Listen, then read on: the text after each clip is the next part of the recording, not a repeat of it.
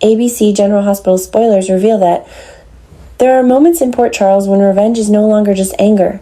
It becomes a method, a ritual, a slow and deliberate reshaping of other people's lives until they no longer recognize what remains. That is where Cullum stands now. He is no longer the wounded man left bleeding from a gunshot and surrounded by lies. He is becoming something colder than that, something far more dangerous than a victim seeking justice. He is a man who has awakened inside humiliation, and humiliation in Port Charles rarely stays quiet for long. It mutates, it sharpens. It learns the names of those responsible and begins choosing the order in which it will destroy them. Cullum knows exactly who pulled the trigger. He knows Rocco is the one who shot him. More importantly, he knows Nathan made the choice to protect that secret, to help bury the truth, to let the lie keep breathing until it took on a life of its own. And for a man like Cullum, that betrayal is not the kind of thing that can be forgiven, only repaid. What makes the situation so terrifying is that Cullum does not need to strike back with violence first. He understands that sometimes the cleanest form of revenge is exposure. A gun can wound the body, but the truth, released at the right moment and in the right room, can erase a life. That is why the most chilling version of his retaliation would not begin in some dark alley or on some deserted pier. It would begin at the PCPD, under fluorescent lights, in the place where law pretends to protect order. Cullum would not simply accuse Nathan of helping Rocco. He would detonate something far worse. He would reveal that Nathan is not Nathan at all. In one move, he would turn a private cover-up into a public collapse.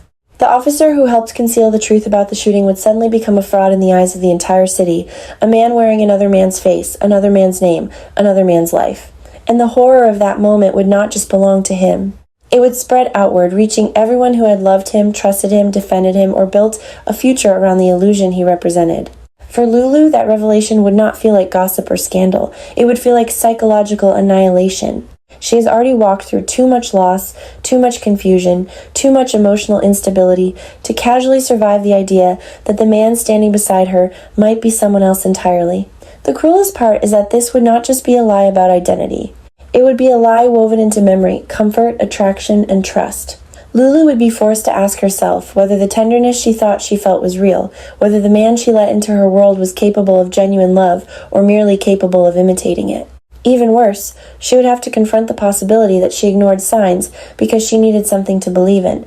That kind of emotional self-interrogation is what makes betrayal so brutal. It does not only make the victim doubt the liar, it makes the victim doubt herself. Maxie would suffer in a different but equally devastating way. For her, Nathan is not merely a romantic possibility or a new source of emotional risk. He is memory itself. He is grief that never fully settled. He is unfinished love wrapped in history, longing, and the unbearable seduction of second chances. If Cullum exposes this man as an imposter, then Maxie would be forced to relive one of the most painful truths any grieving person can face, that hope can become its own kind of cruelty. The return she may have wanted to believe in, the face she may have needed to see again, would suddenly turn into a violation. It would not just mean that she was fooled. It would mean her mourning had been infiltrated, her most personal emotional terrain invaded by deception. That kind of violation does not end when the truth comes out. It lingers. It poisons memory. It makes every moment of comfort feel retroactively contaminated. And then there is James, the innocent one who should never be near any of this, and yet becomes vulnerable precisely because he is innocent. That is where the story turns from scandal into obsession. If Cullum chooses to make James part of his retaliation, even indirectly, then he stops being a man avenging a wrong and becomes something much darker, a predator feeding on emotional weak points. James represents everything fragile in Maxie's life. He represents the future, the soft place in a world built on secrets and retaliation. To threaten James is not simply to escalate. It is to declare that no moral line remains. That is what makes Cullum's shadow so terrifying in this storyline. The danger is not limited to those who lied to him. It spreads toward those whose only crime is being loved by the people he wants to punish. Nathan himself becomes the most fascinating kind of tragic figure in this kind of story. Not innocent, not fully monstrous, but trapped in the collapsing architecture of a lie he thought he could control. On one level, he may have convinced himself that protecting Rocco was the decent thing to do. Rocco is young, frightened, and already carrying more emotional damage than someone his age should have to bear. Nathan may have looked at him and seen not a criminal but a panicked child who made a terrible decision in a desperate moment. That instinct, the instinct to shield, is human. It is understandable. It may even come from a place of sincere care for Lulu and her family, but the tragedy of Nathan is that care does not erase consequence. By choosing concealment, he did not merely spare Rocco, he gave Cullum time. He gave him room to think, to recover, to track the cracks in the lie, to notice every hesitation and inconsistency, and now the lie has ripened into a weapon that can be turned against everyone. If Nathan truly is an imposter, the moral tension deepens even further, because then the question is no longer just why he covered for Rocco. The question becomes why he believed he had the right to build any of this life in the first place. Did he begin with a mission, with coercion, with some twisted inheritance of obsession tied to the Phazon legacy? Or did he begin as a counterfeit and gradually start wanting the counterfeit life to become real? That is the kind of contradiction that makes GH stories so dangerous and emotionally rich. A person can enter as a fraud and still develop real feelings. He can lie about his name and still ache when Lulu looks at him with trust. He can manipulate Maxie's memories and still feel wounded by the pain in her eyes, but none of that absolves him. In some ways, it makes the situation even more unbearable. Because then the people around him are not just victims of a clean deception. They are victims of a deception complicated by genuine emotion, which is always harder to survive. Cullum would understand that. He would understand that the best way to destroy Nathan is not merely to expose him as fake, but to expose him at the exact point where his fake life has become emotionally entangled enough to hurt everyone around him. The PCPD is the perfect setting because it strips away intimacy and replaces it with spectacle. It turns private collapse into public humiliation. Imagine the scene. Officers stunned into silence, Dante frozen between professional instinct and personal horror, whispers moving faster than facts, files opening, accusations multiplying. The room filling with that particular Port Charles tension where everyone realizes a familiar name has just become unstable. Nathan's badge, his credibility, his place in the institution, all of it would begin to disintegrate at once. And in the middle of that implosion would be Dante, forced to reckon not only with the idea that Rocco shot Cullum, but with the deeper betrayal that a man inside law enforcement helped conceal it while pretending to be someone else. For Dante, this would be rage wrapped around grief. As a father, he would be crushed by the knowledge that his son has been carrying this kind of secret. As a cop, he would feel gutted by the betrayal inside his own professional sphere. As a man already burdened by too many fractures in his personal life, he would likely feel the old ache of helplessness return with full force. Dante is used to standing in the middle of chaos and trying to force order through sheer discipline. But this is the kind of truth that makes discipline feel useless. His son is implicated. His judgment has been bypassed. His trust has been violated. The people around him have made decisions on his behalf, and every one of those decisions has left him further from the truth. That kind of emotional isolation is devastating because it does not just produce anger. It produces the feeling that everyone else has already been living inside a reality he was denied access to. Rocco, meanwhile, becomes the silent emotional epicenter of the entire disaster. He is the one who pulled the trigger, but he's also the one least equipped to survive what comes next. Guilt in someone that young does not remain still. It leaks into posture, silence, sleep, fear, and the inability to believe that tomorrow will resemble yesterday. The longer the cover-up lives, the more poisonous it becomes for him. Cullum's revenge would only magnify that. If the truth comes out in a way designed to terrorize rather than heal, Rocco will not experience confession as release. He will experience it as catastrophe. He will watch adults he depends on turn against each other, institutions crack, accusations fly, and the entire city begin discussing his worst moment as though it belongs to public consumption. A child can survive a mistake more easily than he can survive becoming the center of a war between damaged adults. That is why the threat to James matters so much thematically. James and Rocco together represent the youngest casualties of an adult world that constantly weaponizes loyalty. One child carries guilt. The other becomes vulnerable because someone wants to punish the mother. And this is where the story begins to expose its most painful truth. Revenge does not merely target the guilty, it moves toward love itself. It looks for who matters most to the people it hates. Cullum, if he chooses this path, would not be acting from justice.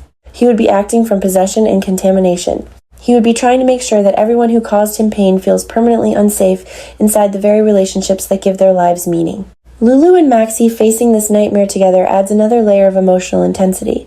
Their reactions would not be identical, and that difference could become both a source of strength and another point of strain. Lulu's instinct would likely be action. She would want to know how deep the lie goes, who knew, who helped, who can be trusted, and how to protect Rocco before the city devours him. Maxie's response would be more intimate and more haunted. She would not just want answers. She would want to understand how someone could wear Nathan's face and live inside the emotional ruins he left behind. She would want to know whether any moment felt sacred to him, whether any kindness was real, whether grief itself has now become unsafe. Together they would be standing in the aftermath of the same explosion, but walking through different emotional debris. Lulu would be fighting to preserve what remains. Maxie would be fighting to keep memory from collapsing entirely. What makes this story especially powerful is that Nathan, fake or not, may not be able to hide behind pure villainy forever. If he has developed real attachments, then Cullum's exposure does not just endanger him legally and physically, it tears him open internally. He may have started as a lie, but lies that live long enough often develop human complications. Maybe he did begin by playing a role. Maybe he did manipulate circumstances. Maybe he did knowingly deceive Lulu, Maxie, and everyone else. But once he stepped into those relationships, once he began covering for Rocco, once he started making choices that went beyond survival and entered the territory of emotional investment, he also trapped himself. He became dependent on the very life he was never meant to have. That is why Cullum's revenge would be so effective. It would not only expose him as fake, it would force him to watch the life he wanted burn away in front of the people whose pain he helped create. There is also something profoundly disturbing about the idea that Cullum may have known the truth for a while and chosen not to act until the timing served him best. That patience is what separates impulsive anger from calculated obsession. It suggests he has been watching, learning where the emotional pressure points are, deciding which revelation will hurt the most and which collateral damage will ripple farthest. That makes him more than dangerous. It makes him deliberate. And deliberate villains in Port Charles tend to do the deepest damage because they understand that chaos is most effective when it looks like truth arriving on its own. By the time the revelation erupts, nobody leaves unchanged. Nathan's identity implodes, Lulu's trust fractures, Maxie's grief is violated all over again. Dante is forced to face his son's involvement and his own exclusion from the truth. Rocco is dragged into moral exposure before he is emotionally ready. James becomes a target simply because he is loved, and Cullum, in pursuing revenge, reveals the full darkness of his own nature. He may tell himself he is only balancing the scales, only punishing those who lied to him, only reclaiming power after being victimized, but revenge of this kind always exposes the avenger too. It shows what he values, what lines he is willing to cross, what innocence he is willing to endanger in order to stop feeling weak. In the end, the story is not just about whether Cullum reveals Nathan's identity at the PCPD or whether Rocco's role in the shooting becomes public. It is about how quickly one hidden act can unravel every false layer holding a fragile world together. It is about the terror of realizing that the man beside you may not be the man whose name he speaks. It is about the agony of learning that protection can become corruption when it asks for silence instead of truth. It is about mothers terrified for their children, fathers shattered by what they were never told, and a city once again proving that secrets do not stay buried in Port Charles.